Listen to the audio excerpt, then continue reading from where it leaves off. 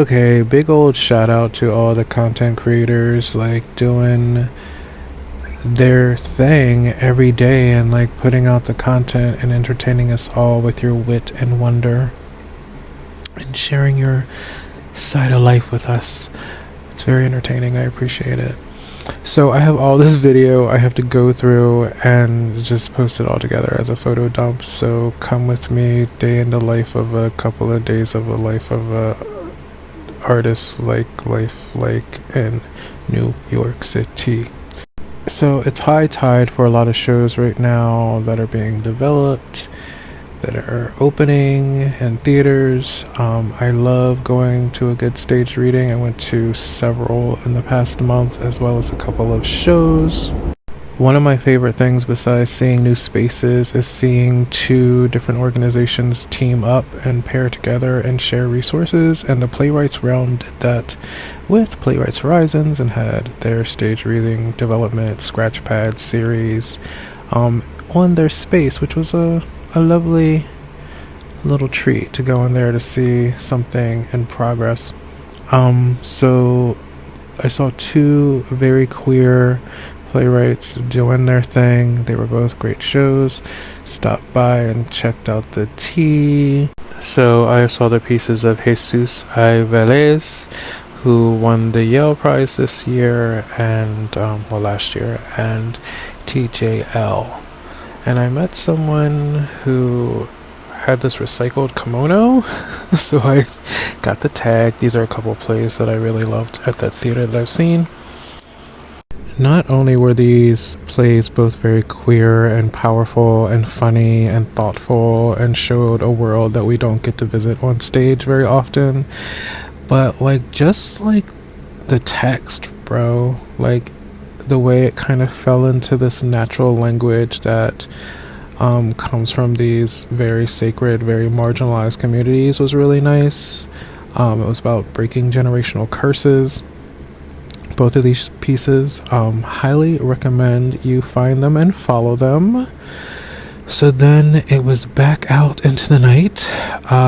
There's just so much good art going on right now off Broadway, and I love it.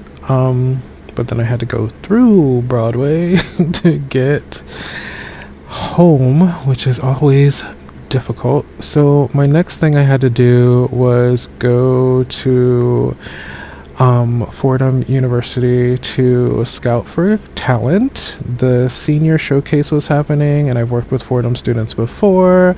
I like that they're not from Yale or NYU, no tea, no shade. But first I had to meet a friend for lunch at Jam. Oh, Jam, Teddy Jam for me, yeah.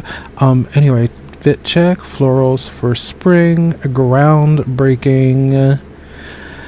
I had this really amazing beet salad. We usually go there for cocktails, not for food, but I was pleasantly surprised by the fare that was offered. So I had to go to Columbus Circle to use the bathroom to pee, because it's usually clean in here on the third floor.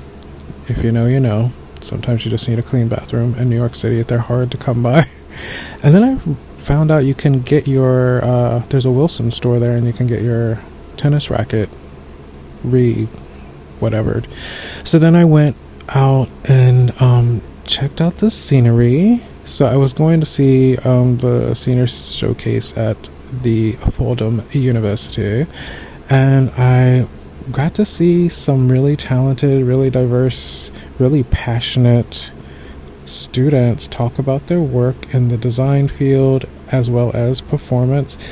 Poppy was my favorite, obviously. So I got caught up with these kids who were so talented and so talking about all things theater, and we were geeking out, that I ran late for my next thing, which was to go to another stage reading because I love them.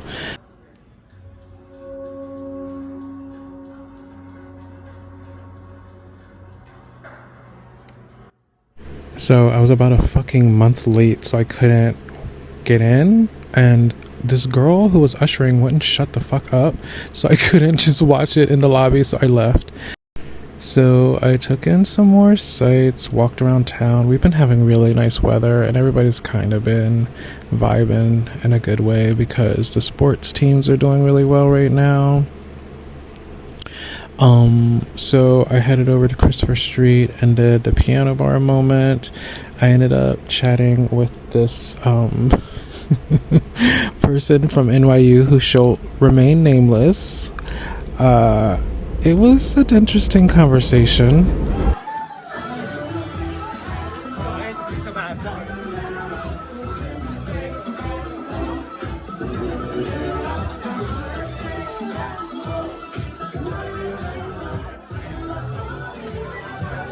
It's just so funny how everything's so new but the same all the time here in the city, if you know what I mean. So, yeah, back to nature I went just to kind of reconnect with my earthiness. See you later, bye.